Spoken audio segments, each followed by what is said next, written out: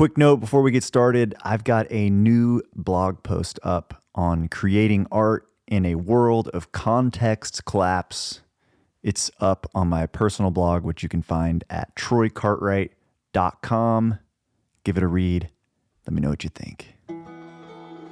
What's up, everybody? It's Troy Cartwright. Welcome back to another episode of 10-Year Town. Before we get started, this week's stat of the week, powered by Chartmetric, is 98,449,837. That is how many streams this week's guest's breakout song, Me on You, has racked up, and that's just on Spotify. Chartmetric makes it easy to track the data behind the moments that move a career, whether it's streaming numbers, playlist ads, radio spins, tour history, and so much more. If you want to uncover insights like this for yourself, head to chartmetric.com. Now, back to the show. Thanks. Today's guest is Muscadine Bloodline. You know Muscadine from songs like Me on You, which was just certified gold, from their direct support slot on Post Malone's F1 Trillion Tour, or maybe from their ACM nomination for Duo of the Year. All of this is made so much more impressive by the fact that they have done it completely independently. I really enjoyed this conversation with these guys, and I know you guys are going to love it too. So without further ado, here they are, Muscadine Bloodline. Welcome in, boys. Thanks for having us. This is exciting. Yeah, I've been looking forward to this one. Yeah, we have too. You said you just wrapped up. What? It's like a two leg tour. Is that kind of how you're thinking about it?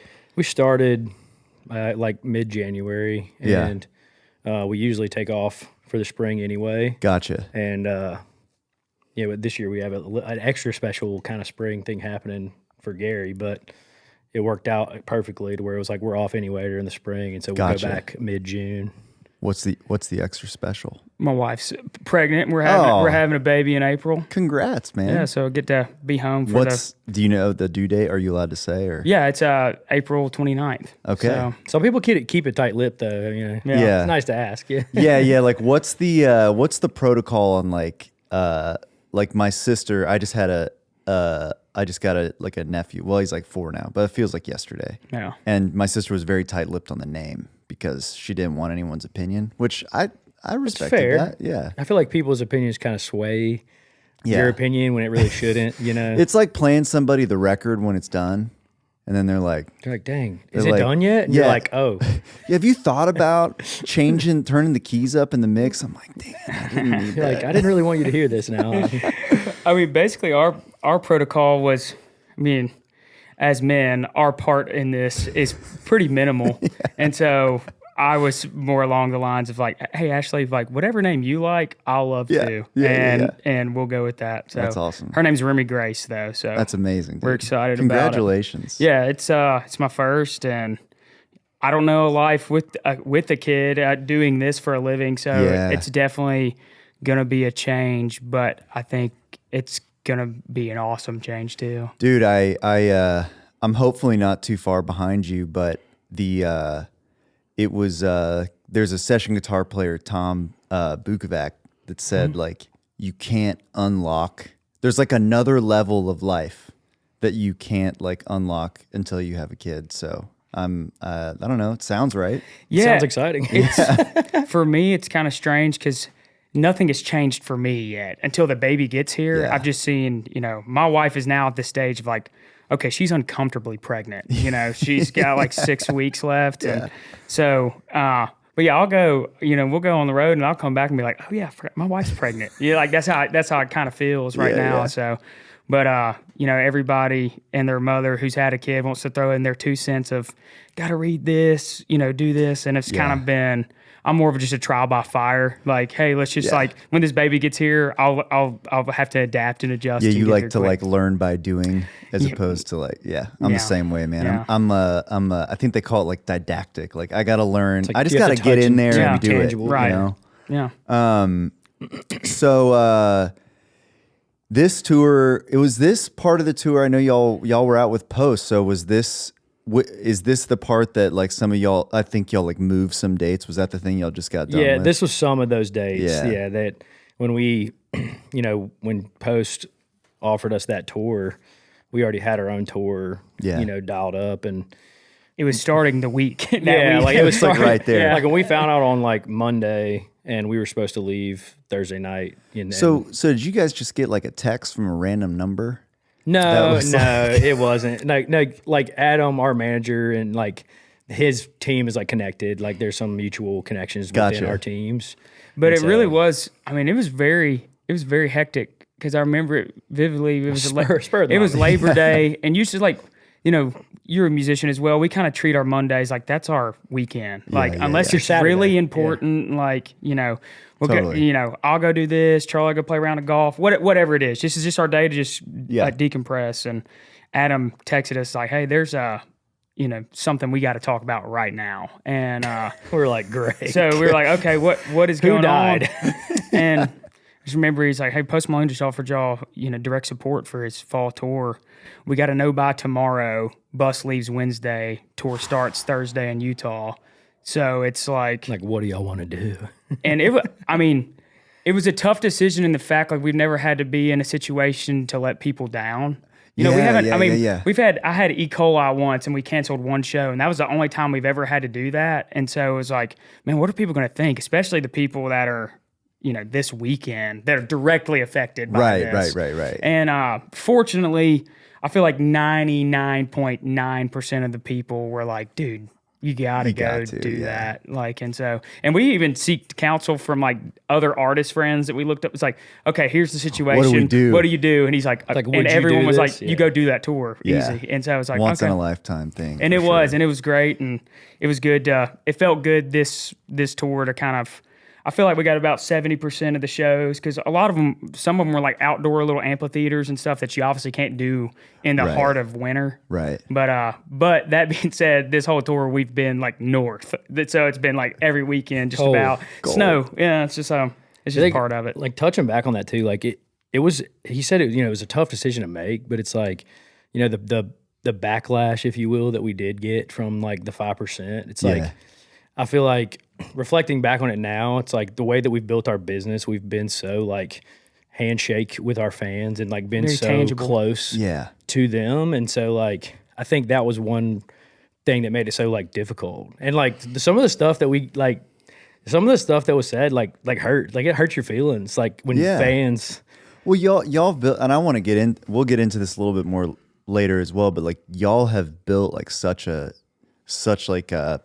special bond with your fan base. I think the fan base that you guys have is like, it's like different than like a lot of, I don't know, like not that there's any comparison, but like it just feels very grassroots. Like it feels very close, like almost like extended family or something. Yeah. I don't know if that was by design or just based off of like what was necessary for us to do this. Yeah. And so, and now looking back, hindsight 2020, wouldn't change it. Wouldn't change anything. Yeah. So when did you guys? I always usually start this thing off with the same question, which is like, how long have you been in town? 10-year town. There you go. We're 10. We're 10 years in. We moved in. This is town it. in 2015. Wow. Yeah. Let's take a quick break here to tell you about our friends, the Graphic Guitar Guys. If you've ever thought about having a custom guitar, whether for merch, a giveaway, or a unique VIP package item, Graphic Guitar Guys makes it simple. They've worked with some of the biggest names in country music, handling everything from the guitar to full color graphics and shipping, and it's all for one easy price. They're also a great option for album pre-sale bundles or fan collectibles. I've worked with Scott and the rest of the team myself, and they really do make the whole process effortless. Check them out at thegraphicguitarguys.com. Now, back to the show. That's crazy. Happy anniversary. Yeah, happy 10 years, guys. Yeah. You made it. I know. Yeah. I always thought that was like a joke, like I was like, oh, like 10 years, like hopefully it doesn't take that long. Yeah, it's gonna be 18 months for me, dude. But here we are. Yeah, exactly. everyone believes when they move to town, they're like, I got it. I got what it takes. It won't be long. You know? And there's like, I think this is something that I've been sort of, I'm ruminating on stuff all the time, but I was talking to somebody last week and it was like, yeah, I thought that success would feel like a lightning bolt. Like it would just be a normal day and then this lightning would strike and I would be like, oh, I'm successful. And it, for me, has not been like that at all. It's just sort of like a frog in water that's slowly getting hotter. And you kind of look up one day and you're like, oh, I'm doing it. For sure. Is that kind of how it felt for you guys? Yeah. It's definitely not like a piece in time, like that you're like, oh, like we're, and success is like what you make it, I guess. At least what I've learned. It's like, there's not like you can't grasp it, you can't, right. Your level will always elevate past what your current success is. Yeah. Well, I don't know. I just feel like when you kind of get to touch certain things every now and then, you're like, in your mind, you're like, okay, this is the standard now.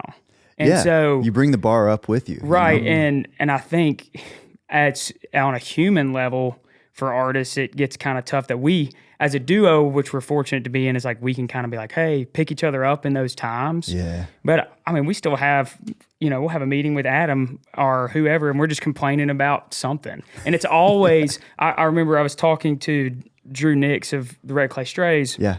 And they're from Mobile as well. And so it's been cool to just see what they're doing. And every now and then we'll just check in. He's like, man, how are you doing? And it's like, man, I just wish we were doing what y'all were doing, man. We're just like, I'm burnt out on the road. I just want to write songs. And it's like, here you are complaining to me like you're playing in front of 7,000 to 10,000 people a night plus. And it's just like, and it was more like, just ain't this funny? Because it's the same. It's always what you don't have like right at the moment. Totally. And I don't know. I just resonate with that. There's a lot of people in like walks of life that I've met too that are like not in the music business, and they're like at the peak of their craft, and it's like they're in a strange way like wishing that they did something else, And totally. I'm like, and it's like such an interesting thing to see from 2 or 3 different, even guys that are like doing, YouTube creation or whatever. And they're like, look at what we do. And they're like, man, that's so like, y'all are so lucky, that y'all get to do that. And I'm like, yeah, I get what you're saying, but like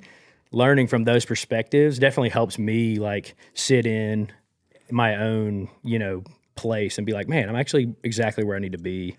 Yeah. Well, and it's hard to connect the dots like on the front way. It's always just looking back that you sort of like see like, that all worked out the way it was supposed to. But have you guys because one of the reasons I was so excited to have you guys on is because I feel like your story is so inspirational in that y'all have really done it sort of like your own way. And whether or not this is true, my perception is that y'all have really built it sort of like outside of like the system. So you're like here in Nashville, but it hasn't, it's not like you were signed to some major label and had a bunch of hits on the radio and like went and, were first to 3 on the whatever tour for 3 years and blah, blah, blah.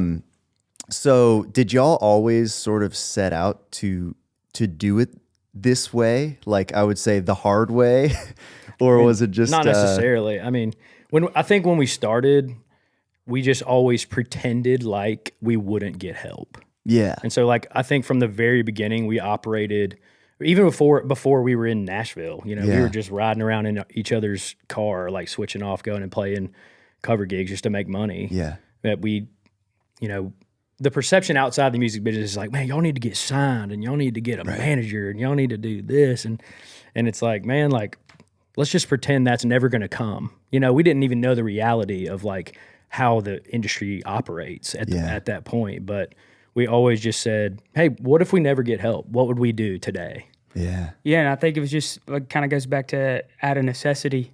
It's like we were very passionate about doing this, and it's like, okay, well, if we want to do this, how can we do this? But along the way, what we've kind of learned is, okay, well, you got to be able to sweep the floors, So we've learned every single we haven't skipped a step is what I'm trying to say. Yeah. And so it's like without, not skipping a step, we've been able to be like, okay, like little things that some artists don't focus on, like a merch or whatever. Like we do all of our merch in-house. We hired someone on our team, and it's like we're kind of have our finger on the pulse of everything, because out of necessity at the beginning we always had to. And so, but now it kind of puts you in a spot a lot of times where you're like, well, there's no one on this that's around us that's going to, besides our little team, that's going to care about what we're doing as much as us. Dude, it makes 100%. You afraid to give up like control. And we still battle that. Like, fortunately, like we've created like a really cool team in what we've had. And like, I mean, I feel like this team we've created, it's like I would rather not do this than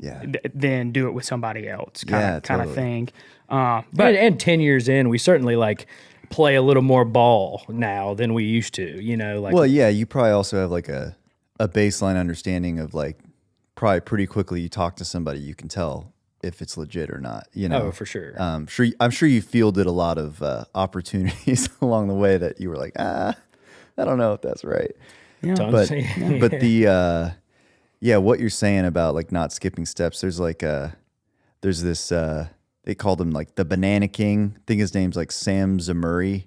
But he has this quote that says like, if you know your business from A to Z, like there's no problem you can't solve.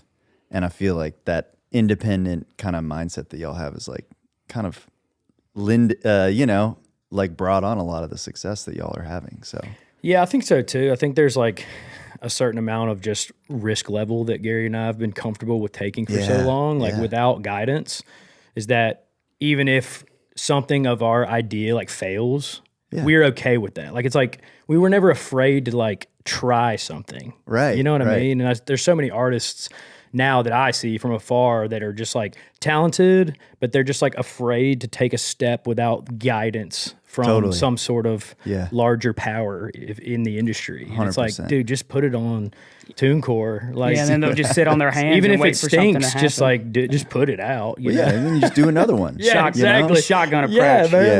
Just try it again. Did so y'all started in Alabama, right? And then like how did y'all like end up in Nashville originally in the first place? I mean, the funny thing was, like, so Charlie and I are from Mobile, Alabama. Yeah. We both grew up in the same town but never crossed paths. Oh, so we don't meet until we both leave. Charlie goes to Auburn, I go to Southern Miss, and we're both doing we're playing college bars, frat parties, the occasional whatever, just to like make it happen. Just to play music for money. Right. And I think what kind of happened is enough people were kind of like, hey, like you ought to reach out to Charlie and vice versa, because we're both from the same hometown, kind of doing the same thing. Gotcha. And so it was kind of more of like I would go open for Charlie, then he'd come play some shows with me. And we just developed a friendship, started writing together to kind of go even further. It's for me, when I was graduating college, I knew I was moving here. I've always got a business degree for music. It was an entertainment industry management degree. Yeah. But when you're in South Mississippi, there's no, there's not an infrastructure here. Yeah. So I just knew I wanted to work in music and I was going to move here. And so I just had saved up enough money to get me through about, like, I said, okay, if I can find cheap rent, eat okay with eating ramen noodles and peanut butter for a year, I can at least say I tried this. Yeah. And then along the way, Charlie was like, well, you moved up there for 3 months. I'm going to move up too. So we shared a room. And so we did that for about 6 months. And then one of the guys moved out of the house I was living in. Charlie took the room. And we're playing together each weekend because it was honestly just more fun to travel and not be alone in the car. At this point, are you guys just switching off who's... Yeah, and then we started writing together and just like, hey, well, I got this college gig over here. Why don't you sit in with me? And that sort of thing. And we just kind of noticed, like, I know every song he knows, and I can sing the harmony to him, and he can sing the harmony to me. Yeah. And enough people were kind of like, hey, y'all kind of like sound cool together. And combining like a lot of shared like musical influences too. Yeah. It was a perfect storm. And then I think we kind of moved, when Charlie moved here, it was kind of like we had the conversation of like, let's give this a shot. Yeah, like let's like name this. Like, like let's because like we like the gigs that I had and the gigs that he had, it was like Gary Stanton's gigs and Charlie Muncaster's gigs, and it was like we were going out and like playing, literally like making flyers. It's like Charlie and Gary, like, you know, like just no like name, no going nothing. out and swinging the bat, just playing cover songs and stuff. Like we weren't doing anything really of any value yet, but we were just, that was the only way we could make money without having to get a real job. Yeah. Which that was always a cooler, and then cooler answer for me. Totally. I remember us going into the studio with a few songs that I'd written, and I met our producer now, Ryan Humans, on the road. I was doing I had a camera, so I just told someone that I could film content or whatever, just to try to make $100 or something. Yeah. And met Ryan on a gig. It was with Ray Fulcher. And so meet Ryan. He's doing a internship at some studio in East Nashville, and so he was the only guy I knew. Yeah. And so we were like, well, we got these 3 songs. We didn't have a band name. Yeah, but he we was just like, I can record y'all. Yeah. And then We one of were, those like, sick. one of those songs happened to be Porch Swing Angel. Wow. And then we were like, oh wow, this is kind of like, now there's this There's validity. yes, a feeling of, hey, people besides our good friends and our parents are like, hey, I dig this song. Yeah, And so we were that's like, People not from Alabama. yeah. And then it was kind of like, okay, like maybe we're onto something. And then really since then, nothing, it's just gotten bigger, but like the mentality hasn't changed. same. That's I cool. still feel 2015, 16 Muscadine. It's just more people are at the shows, and we got a really good team around It's still us. very much like, what can we do today that'll make Muscadine bigger? Yeah. You know? That's such an amazing mentality. Yeah. How did y'all like come up with the name? I really wish we had a a cooler story, man. name. Like, our grandfathers didn't have like Muscadine vineyards or anything like that, but I mean, we were very inspired by like bands like the Turnpike Troubadours, and like band names, you know, like, and I think there was like a long time of just like artist names that were just in Nashville, and that's fine, you know, but we were just like, let's do like a band thing. Like we want to be more than just like one of our names. Yeah. And you know, we were driving up and down interstates, you know, from 65 to 20 to wherever, just being like, what would be cool? You know, like this? what would be cool? We did this for like a week or two. Yeah. And for some reason we landed on Muscadine Bloodline. Like I truly can't remember why. Sick. Yeah. I think it's a sick name. You know, it's just funny. We were talking about this last week. I was like, "Do you still like the name we came up with?" And he's like, "Yeah." And I was like, "I kind of do too." Yeah, I was like, "It's pretty badass." Well, it's like you know, it's like the Red Hot Chili Peppers. It's like on its face, you know, like it's like, well, what does it mean? But over time, right, it just becomes, it's like you own the word. So all right, tell them your thing. What we always say is that all band names suck unless it works out, you know? So it's like, there you go. You know, like Led Zeppelin doesn't sound like a cool band name, but they made it pretty cool. Yeah, it's really cool. It's really cool. You know what I mean? Like, yeah.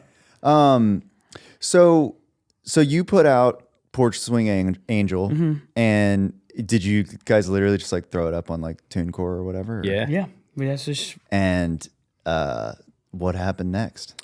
Did it take off immediately, or well, was it? This like, song was like the first time we'd ever had like an iTunes charting experience. Okay. You know, so but at the time we were like, oh my gosh, like we're about to be Garth Brooks, like, you know. But I mean, it topped out on iTunes chart at like 43 or something like that. But that mattered. Like, it mattered tons. Like we thought it was incredible, and like I said, it was like a feeling of validity and something you can like post and use as momentum on social media. Totally. And people were like, wow, like Muscadine is charting, you know? Yeah. You know how like perception is reality. Brother. Exactly. Yeah. So it's like, we even got to kind of use that to our advantage and be like, man, we're charting. Like, let's ride this on social media. And hell, if we would have known what we knew now, you know, we could have, and if we had like TikTok back then, who knows? Who knows where we would be? Yeah. Yeah, I would agree. I mean, the next step was kind of, there's a guy in the Southeast named Bradley Jordan. He's I know Bradley, Peachtree. And Charlie, a friend for yours from Auburn, got them in touch. It was like, hey, these guys put out this song. And Bradley kind of came into the fold and started booking us in some of these smaller markets, which was kind of a hard thing for us. We were excited because I felt like we were ready because we'd been playing bar gigs to places where we're like, okay, we got to play for 4 hours and we got to keep attention. So we were already honing in the craft of like entertainment. Yes. Yeah. And so, but now we have 2 songs out and now we have headline shows. Yeah. So now I got to we got to put together a 90-minute set. It's pretty awkward, actually. You know, with just 2 songs out, and people are coming, and so it's like 150 people, here and there and everywhere. They're like, you're like, we don't even have a full show. So we just played a bunch of 90s covers and just whatever to get by. Dude, I bet people loved it. Oh, they had a blast. Yeah, it was awesome. Like. So, but yeah, I mean, that was when the first time, because we had to, even by Bradley, we had to get talked off the ledge of like taking door deal shows, because we had some college gigs that were like, man, this is like this is how we make a living. Like, if we give these up. Okay, so you guys were wrestling with like, hey, we'll give you $8 of every $12 ticket versus like this here's bar's a $1,500 guarantee. Yeah, but you're gonna play for 4 hours. Right. Yeah. That's interesting. I mean, that's actually a cool topic, I think, to touch on, like for your audience possibly, where it's like hard tickets. Yeah, it's a really hard decision to make, because it's like investing in something. You know, you're not going to see a return initially. Right. Like, you have to really like wait, and you have to keep coming back, and you have to show up again, and it maybe again before you make money. Yeah. You know, because it's like, okay, you're getting paid $1,500 over here, and I'll just name these numbers. Yeah. But it's like, okay, but this door deal over here is like, we're gonna give you $500. Yeah. But if people show up, the upside is double what Right. you were gonna get paid over here. You know. Yeah. But that's the risk, because you're like, well, I don't know if anybody's gonna show up. Yeah. Well, and I think like somebody like Bradley, that it was really cool, because I started in the Texas country scene, right? So Bradley was sort of like the guy that had access to like that same sort of thing, but in the Southeast. And I think does that sound mostly right? It was a while ago for me now. Bradley's definitely the guy who, I mean, there's not many artists now that you're like pretty big time that he didn't book. Yeah, you know what I mean? And he had like a little like a network basically of places because when I moved up here, that it was like they were putting me out there like opening for like some guy named Riley Green in like Valdosta, Georgia, and I'm like, okay, I guess I'll go down there. And it was like, oh, this is like a whole thing. I think too, like artists, or maybe not artists, but like a lot of people don't realize how important having a promoter invest his time into you, because they don't have to book you. Yeah. And that's the thing, is like, well, where else are you going to play if this promoter doesn't decide, I like these guys, I want to put them on this network of shows. Like, it's pretty influential in an artist's career just to have a promoter like you. Totally. Yeah. And really shout out to Bradley, because I feel like a lot of times Bradley's been hosed on getting the praise he deserves. Like, he was the one who introduces Chris Cappy to Luke Combs. Yeah. Now Chris Cappy's his manager. Like, all these, because he and Cappy were best friends in college. Yeah. He's helped us out. And like Riley, and it's like he works with Ella Langley. So it's like he's a tastemaker. Like, no doubt. And he always has been. So shout out to Bradley. Like, I mean, he used to own a bar in Atlanta called the Peachtree Tavern. Yeah. And he used to book like Luke Bryan in Peachtree Tavern, and he used to like go out on the street and like give out tickets to the show just to get people to come in the door. You know, it's like he has an insane story. Always had the hustle, and so you can't not pull for a guy like that. Yeah. I remember, like early on in my career, he was like, these shows were well run. That was the other thing that was like so shocking. Like I'm sure we've all played all manner of shows where you show up and you're like, is there even like somebody gonna unlock this door back here? Yeah. Where's the green room? Is there a green room? Yeah. That's awesome. So y'all have these like couple songs out, and then now you're playing like, I don't know, real shows. Like I don't know, how does it kind of unfurl from there? Well, we got a Facebook message. I remember we were in Tuscaloosa. I was about to go here too. So we got a Facebook message. We were in the theater in Tuscaloosa playing like a 3-night stint, like a different bar every night. Just like whatever. Staying on a buddy's couch. Right. Yeah. And some guy wants to write with us. We didn't know who he was. And it was Luke Laird.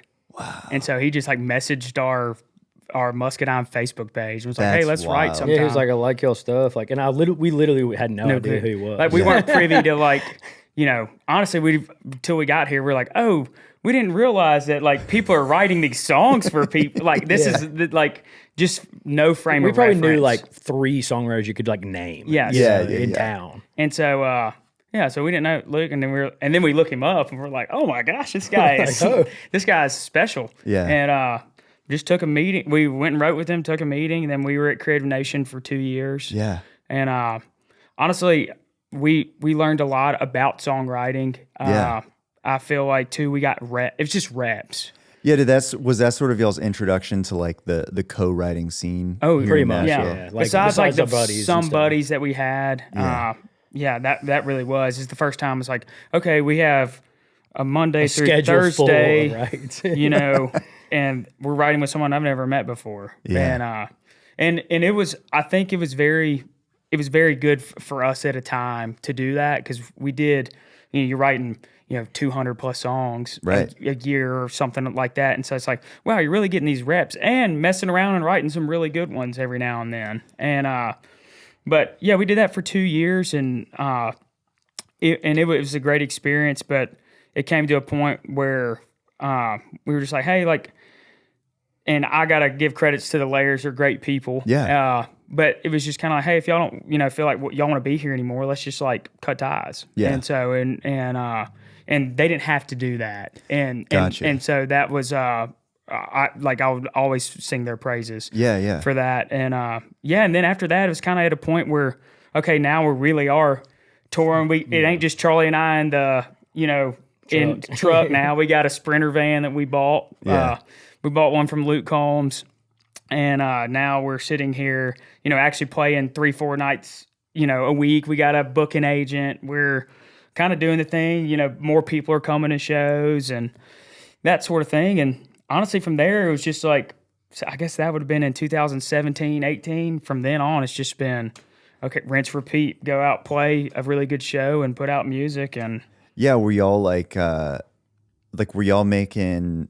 I think this record y'all have coming out is like the 4th full length record. Is that right? Or this is and what was left behind will technically be the fifth. Yeah, it'll be all full length. But like at the time, were y'all just like firing out singles, or? That's a good question. Like, I think in the beginning, because our like funds were limited, especially, it's like we would just go in and like cut a few songs, and then we would just like, we kind of believed in this this single model like back then. We kind of like lived and died by it almost, and we thought like, this is so nerdy, but it's like getting into it's like breaking into like the algorithmic field or whatever you want to call it, the meta, if you will. But it's like the more we were putting it out, we were trying to do like once a month when we were like in our younger days. And I think we did that and up until like we put out Enemy. I think like after that, I mean, we had a couple of EPs too, but mostly it was like singles. Yeah. And for whatever reason, like we just had decided at the time that was like the best thing for us. Yeah. Until, COVID. And then that's when we like had this like come to Jesus, if you will. And it was like, name a famous EP. Yeah. Like seriously, like our friend BJ Barham like said that to it. Like we were like, yeah, like we just cut like a bunch of songs. Like I don't know if we're gonna make it into an album or not. And he was like, oh, this is easy. Like name a famous EP. Wow. And we were like, good point. Yeah, dude. That's okay. nuts. So it's an album. Yeah. Like I mean, Well, and I think that, I think that's something. I'm like just from personal experience. Like I'm struggling with that right now. Like I've done a bunch of singles, and then I've like rolled them up into like my last 2 albums. It was like the last song was like the album, but it wasn't. You know what I mean? Yeah. And so it's hard to battle that. Like, well, because you like it is. It's I think you're talking about it. It does come from like a little bit of a funds mentality, because it's like, well, I know if I put out 5 songs at once, am I lighting the algorithm's only going to pick up one song? So am I going to light the other 4 on fire? And we're going to always put out records from now on, but we still struggle with this. Like, so we're always going to just put our foot down and do it anyway. But so what is did you just finally do it and it didn't hurt that bad?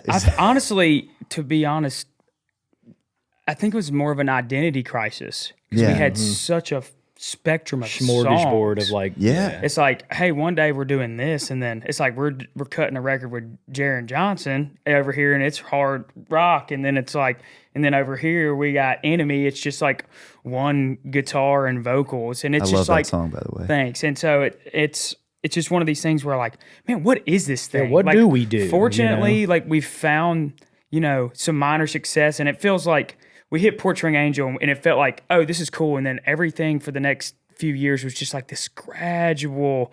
But at the same time, I kind of liked it because it was like the growth wasn't so like, oh shit, we're here, and I'm sorry if I cut. It's like, what do we do now? So it was controllable growth to where it's like, okay, we're seeing the growth, but it's nothing like crazy happening. But I think we just, we had this rock record that we recorded, but fully done, and honestly, at the time, financially, we were kind of, we probably, at the time needed to put that out just to make some money. Yeah. But I remember Charlie and I having conversations like, dude, it's like, where's your heart at? Is it here, or is it this other thing? And because I was like, I did love the rock record. Like, don't get me wrong, it's fun. It's a super cool project. No one will probably ever hear it, but it's like, and it was awesome and fun to create. Like that, and it was inspiring to create. But when you simplify it into that, like where's your heart? Like what do you want to be playing when you're 40? Yeah. It's like that was kind of more of an easy answer there. So you just didn't put it out? And what'd you do instead? Dispatch 16th Ave. And then so that's where we're like, oh, we're honing something that's us. Yeah. It felt like it was like I felt like it was a fork in the road here. We took Dispatch to 16th Ave. This is where we're at mentally, business-wise, creating-wise, whatever you want to call it. And kind of our last, like, farewell to, like, the Music Row thing. That's what that felt like. Yeah. And it was kind of like, man, like, I just like writing songs with my buddy, and I like playing music, and I don't want to make this more difficult than this has to be. And why? And then we write the Teenage Dixie record, and that was, we're 6.5, 7 years in, and I felt like that was the first record we were like, hey, finally we found something that is Muscadine, but like this is you found the sound. This is us. Like, which is crazy to think that it could take that long, but it can. It did. But I think that's encouraging and important for the people that are just getting started, that are maybe listening to this. It's like, you don't I think there's such a perception that you got to have all the answers, and you got to have the brand and the next 7 albums figured out and all this stuff. And like, it's awesome if you do, but if you don't, just start walking. And then you kind of learn to run. Yeah. And you found it along the way. And when you did it, you kind of knew what to do with it. Right. And fortunately in those 6 years, by like another thing, by necessity of creating a fan, like right in front of you, shaking hands, the whole nine, we've created this community where it felt like, hey, at a human level, they liked the music, but they really liked Charlie and I. Yeah. So it was kind of this point we felt like, well, man, they just support us because we're just like these normal guys who just play music. Yeah. And so it was nice. And I will say, once we took that route, you did have some of these people in your past that really loved what you were doing over here. It was more of like, it felt like more top 40 and this. And so it was kind of a scary spot to be, because now it's like, okay, are we saying goodbye to these people that have already been with us and like entering this new world? It's like, are we starting over? Yeah. And it kind of in a way felt like that, because then we started seeing the brand association kind of match where we are. Yeah. Did it feel like reflective of like were you starting to look in the crowd and see like, you're like, oh, these are people like me? Yes. And so like people are it's like, hey, now it's kind of like the hip Americana red dirt crowd is the one that's, and we were all, because I think we were independent, like Texas is always put on for us. Well, I remember like when I first moved here, you guys were, because again, I came from the Texas scene. I remember y'all were like down. I think y'all like did a run, maybe opening for like Co Wetzel or something. And I was like, who are these guys? You know, like, but this is cool. And it kind of made sense that y'all like, Southeast and Texas and like. Yeah. I mean, a lot of those people out there think we're from Texas. And so it's one of these things where I think I think it's just because we never claimed Nashville. Yeah. Right. And right. it was just like this little independent model, and they just love the independent model over there. Well, yeah, and you see guys like American Aquarium is like considered Texas Red Dirt, not even though close. Yeah, they're exactly. from North Carolina. Right. You know? Right. It's a rock band. Yeah, yeah. And so, so it was kind of this, like you said, I felt like the Teenage Dixie record was the first time we were like, okay, this is what Muscadine Bloodline is. And then TikTok comes around. Yeah. And then I remember reluctantly starting one. I was like, it was 2021, and I was like, hey, I'm just going to put this on. I was like, everyone's doing this now. I know we've talked crap about this, and then a 6 Second Me on You song comes out. Yeah. And then it's just wildfire. How long had you guys been like posting before that? I mean, it was probably like 6 months. Yeah, maybe so. You know, just like not understanding the app, just Yeah, like we were just, like, reluctantly, throwing- just being like, oh, let's do which funny is like stuff. actually or, like how you should do it. Yeah, Like, just don't worry about it. technically, Right. I wish we're too far gone now. But I wish we could hone that back in. Yeah. But so Me on You happens, and this is the first time we've had this like, oh wow, we gained 500,000 followers like in like a week. Yeah. On And so TikTok, here's this, we're like, this song's coming out next week, and then it becomes, the number one song in the world, that week. And we're just like, holy crap, this is crazy. And then, so it's the second time, if it's like the first time since Porch Wing Angel, we're like, oh, we just like, We took a big step here. this is here. And now we're here. Yeah.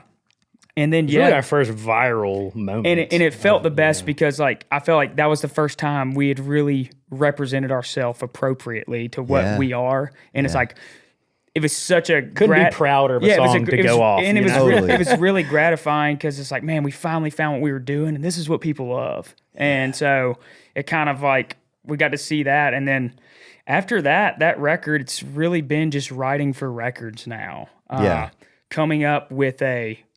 It's been deemed world building or whatever, but it's like taking a concept at a 30,000 foot level. Yeah. And then Charlie and I just fill in the gaps of like, okay, well, what characters do you want to add? It's like, here? it's like writing a book. Okay.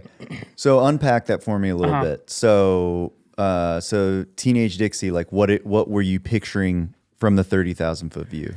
Just a love letter to home.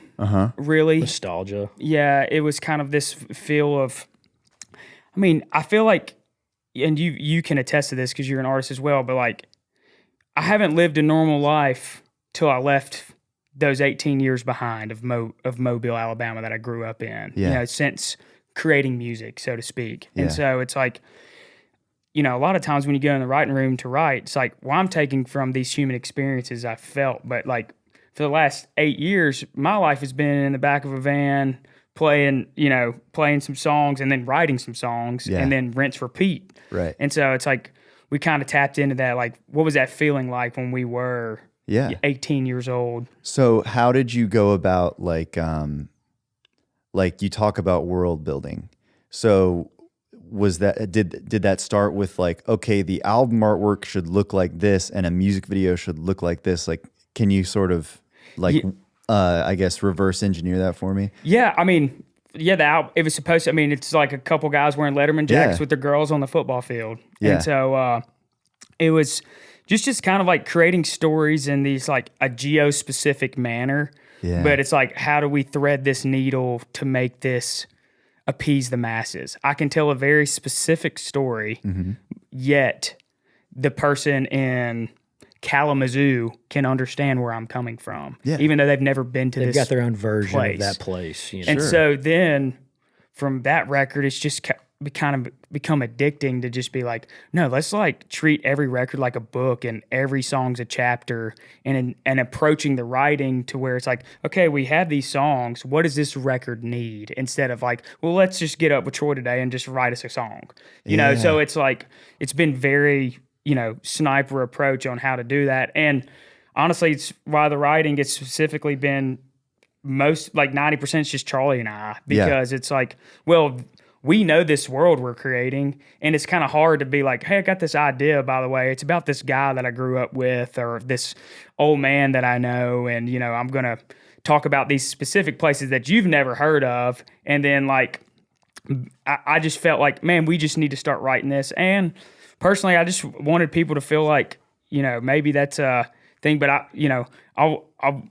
want people to, you know, maybe think it's like, man, we're songwriters. I want people to like the songs we're writing, because I felt like on the Dispatch the 16th Ave record, we had this, I remember we wrote for 2 days with our buddies Adam Hood and Brent Cobb. Yeah. And then everything about the record was like, well, you know, it's really good because they wrote it with Brent Cobb and Adam Hood. And we love those guys, by the way. But we wanted people to great. Say that we were great songwriters. Totally. Instead of just, well, this is good because they were in the room. And it's like, no, we need to like put our foot down and be like, hey, it's just like, all right, we'll write it. We'll write it. Dude. And so I dig that. And so that's kind of from the Teenage Dixie record on, I feel like that's been the recipe. And it's honestly approaching songwriting, not in like, we've done got the reps and wrote 3 days a week. It's not quality, it's just the quantity instead, you know. You mean the opposite. Yeah. And so like when we're going to write, we're writing specifically, unless we're writing with another artist. Like we haven't co-written with a songwriter in a really long time. That's just a career songwriter. It's just more of like, hey, an artist friend wants to write. And so it's like we can get into their brain and be like, okay, well, what do they kind of feel in here? Yeah. But for us, it's kind of like, I just want to write these songs that are stories of my life and people I know and Charlie knows, and I think it just gives more authenticity in a way, like to the listener for whatever reason, because we're talking about places that only we know about. Yeah. And like I haven't written a song in 3 months right now, you know, and it's kind of like, it's kind of nice to have these different, go out and live an experience and stuff. Right. And it's like, I'm about to have a kid. We're about to be off the road. I'll get to have these lived experiences and go some places and experience things I've never experienced before. And so no telling what you'll write next. Yeah. I think that's one of the trickier things, is about writing songs. And when you write, I mean, you guys have experienced it yourselves. Like when you're writing every day, sometimes you just kind of get like lost in the weeds of like, well, what am I guess we're going to write about this girl again, you know? But then like I went to like the Kia dealership with my wife to like get a new car the other week, and the general manager came and he like said something, and I'm like running to the hang bathroom. on a second. So I'm like, oh my God. And you know, like I wouldn't have gotten that but I was paying attention, you know, but that was life. That was living real life. Like when I go on, like, I used to like never let myself like take a trip because I was like, no, I got to work, you know. Like but I now might miss a hit or whatever. Yeah. But now I don't even worry about it because I go somewhere and like I come back inspired. Just like a life well lived is worthy of writing about it, right? If you're just sitting in the back of a Sprinter van, you know, 300 days a year, like, it's cool to write about, but at a certain point, like, you know, you gotta have a real life. You gotta have some balance, right? And a lot of people can't relate to that life, right? You know, and right. I mean, it's just so funny. Like I went on I haven't like one of these moments. I was in West Virginia last spring. I was on a hike with my wife, and there's like we were on some like national forest, and there was a cemetery that was from like way back, and there was a headstone that was. And I don't know why I'm telling you this, but there was this headstone that had like the date the person was born and died, and then right beside it had the wife or whatever, and there was no die date. And so I was like, man, that's pretty cool. That's some like bury me beside me kind of love. Yeah. And so it's like, and then it's like, then you go write that because it's like, and that was just from taking a hike. That's exactly what I'm saying. Yeah. And so it's like, those are those moments where I was just like, oh man, like this is like, you never know what you're going to stumble upon. And that's like, and I don't take it for granted having that gift that we all get to have to where it's like, oh man, I can go do something like that or go like somewhere and something happen. And like, I can twist that into something that's relatable to everybody. Yeah. That's help people with it. That's the cool part about this whole thing. Well, and like, that's such a unique idea, and like, you know, nobody else on Music Row was writing that song that day. Probably not, you know. And those are my favorite, when you like feel like you're really like into something like innovative and new. I like the ones that scare the career songwriters. The ones that are like, well, yeah, sure, y'all want to write that one?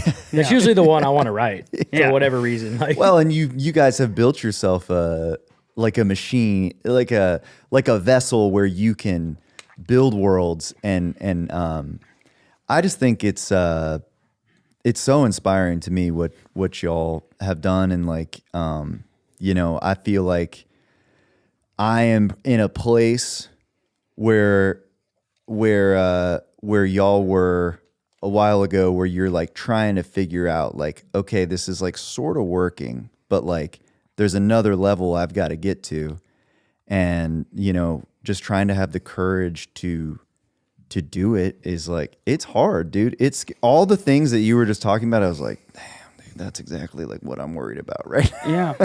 I mean, so it's cool. There was some, I don't know where it happened along the way. I think you kind of get to a place where you're like, man, like as businessmen and as doing this, like, do we want more people to listen? Do we want more people to come to shows? But also on the other hand, am I content with like what we've been blessed with? And we reached that point, I feel like a couple years ago, and then it kind of made, honestly, the past couple years has been the most fun I've had. Yeah, doing free. Music with my best friend and our team, and it's just like, it's like, hey, you know what? Like, we get to do this already. Like, and there's people showing up. Yeah. Like, and it's not, just 100 people anymore. You're playing to 1,500, 2,000 people a night. Playing cool theaters, and you get the reminder when you see who's on the bill the rest of this month, and you're like, dang, we're playing the same venues these guys are playing. Yeah, that's cool. That's crazy to me. And so, I don't know. And then, like, getting on a bus kind of changes a lot of things. You get time back, and you can kind of, take care of. Everyone's taken care of is what I'm trying to say. Ourselves included. Right. At a pace to where it's like, man, I really enjoy doing this, and I want, like, the risk of not enjoying this is not worth, like, chasing something else. I like what we do right now, and if we get as far as we can doing what we're doing at this moment, like, what I'm going to give to this thing so far, and I think Charlie can agree too, but it's like, we've given all that we want to give to this, and so it's like, wherever the chips fall, the chips are going to fall, and it's like, but I got to be okay with that if I'm going to say no to some things that could potentially push my career forward, if that makes sense. Totally. It's like we've found our threshold of giving. It's like you're not through giving. It's just that I think what Gary's trying to say is like, this is what we're willing to give. Yeah. It's like, sure, there's a lot of give up here that we could give, but we've decided that it's not worth the cost, right, to get to that part. And the cost being like emotionally between each other, between being gone with our, we got families and those kind of things. And I feel like we just found a really good groove to where it's like, we only do like 50 shows a year now. Yeah. And it's at a point where I'm like, hey, it's enough to where I never say like, I wish we were doing more. Yeah. And it's never, not enough to where we're like, man, we're doing too much. It's kind of one of those things where and we've been blessed to get to do this, and I just want to enjoy it. And I would rather enjoy the next, hopefully, I don't know how long we're going to do this. Like, Lord willing, 20 more years. Forever. Yeah, but it's like, but if we're going to do it, it's like, let's make it fun and not like, okay, well, let's strike while the iron's hot. And then look up, and in 3 years, you got everything you want accolade-wise or whatever, more what money, more whatever. And it's like, but at the end of the day, if like our relationship suffers from that, then what are we doing this for? Yeah, or you're creatively burnt. I think what you're describing is just like, you found a level that feels like sustainable. Yeah. Where it's like, okay, maybe it's moving like slower and steadier than you were used to, but it like feels like at a pace where you can do it for a long time. Yeah, absolutely. And it's still growing, obviously. And and that's, the speed is not up to us, man. Like, that's one thing I've learned is like, you can put your best foot forward regardless. We're going to make the content, we're going to make the record, and we're going to write the songs, but it's like, it's still not up to us how big this thing gets to get. Like, we can aspire for it to be as big as we want, but we don't decide that. Just work, You're putting in you're doing the work, and the results are. I can sleep with that. I feel like the recipe for us, which has been winning, is like contentment mixed with ambition. Yeah. And so it's like, how do you marry those? And I feel like these past couple years, we finally kind of grasped pretty good gauge. Because, like, don't get me wrong, like, if we're going to do something, we're not going to half-ass it. Like, it's like we're going to do it and do it justice if we're going to do that sort of thing. But it's like, at the same time, it's like, well, if I know Charlie and I can look each other in the eyes and say, we worked really hard on this, and, like, if it doesn't, project us to the next whatever, that intangible thing we're all chasing. I don't know what that is. Yeah, there's no final boss, right, like, in this business. Yeah. There's no there's no Bowser. You just keep going to another level. How many levels do you want to play? Yeah. There's no winning. Right. And so it's like, but I think that's just been our recipe, and it's made it really fun. And it's like, I'm not really hurt like as much if like something doesn't work or whatever. It's just like, okay, well, hey, we tried our best, and we'll do another one. We'll do it again. Yeah, well, I think too, and we've talked about it a little bit, but like being more independent minded, whether that means like you're on a label or not, or whether you have this thing or not, like I almost just mean the mentality itself, like allows you to sort of be more resilient to, like sometimes it feels like friends of mine that are like doing the major label thing, they do 2 years of all this build up to get that one shot at radio, and like it doesn't work, and then they just like they're like, well, what do we do that for? Yeah, and then it's like that's it. They never try again, which I totally understand, but like there is another way, which is just like slow and steady, and sometimes stuff will like have a viral moment or do whatever. I think Charlie hit hit it right. It's like it isn't up to us, right? So it's like we just kind of. Yeah, I can't make the thing go viral. Like I can't. Yeah. I wish I could. We all would. It'd be awesome. I'd make all my friends go viral. Yeah, yeah. But I mean, that's the thing, man. Is like, luckily, like I said, we've built this thing in what I think is the right way. You know, totally. But in reality, it's the only way that we knew how. Yeah. But it's like that allows us to take these risks now, and we can take bigger risks now than we were able to 5 years ago because of what we've built, and because we have this machine that we oil and fuel daily, and work on it in our shop. That it's ours. It's no one else's machine. Yeah. That we get to use.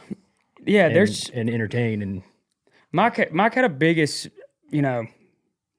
I'm trying to word this nicely, but my biggest grievance of the music industry was we're all sold this pipe dream where it's like, well, you want to play stadiums, don't you? Mm-hmm. And so now we tailor our models to potentially do that. Right. And it's like, man, well, what's wrong with like just like going playing some theaters and like building something kind of cool? Yeah. And like I think it's like, and so we kind of had that mentality from the get-go, and it turned a lot of people off to like what we were doing, because they're like, oh, these guys that like they don't want to be rich. Well,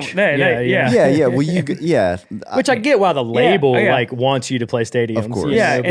And so for us it's like, okay, well, it's just like that was kind of like my biggest, I don't know, it's just I hated that's that battle of art and commerce. It's like a really tough one to even kind of thread that needle. But I don't know. It was one of those things where when we kind of like just kind of went in house. I mean, we hired Adam, our manager.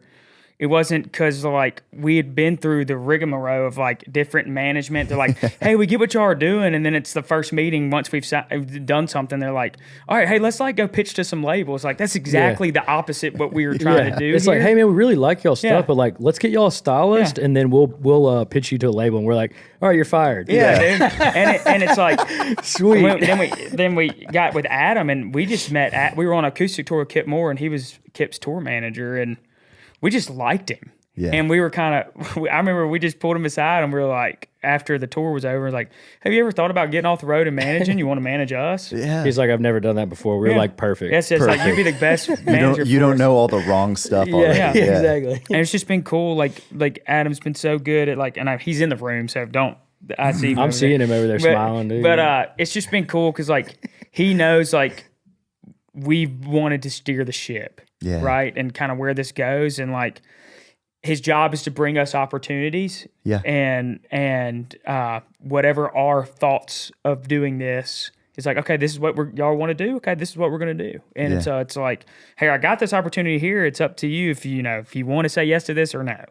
Which, by the way, artists that listen to this, like, your managers do work for you. Yeah. Your people on your team do work for you. You don't work for them. It's easy to think it's the other way around. Oh, it's so easy. Yeah. And I think it was just kind of like, I just hated feeling like I was getting manipulated into like some, and I hate that because like a lot of people get trapped in that. But what I do love now to hear is like I'll have friends that we've made over time that have like been in the label deal,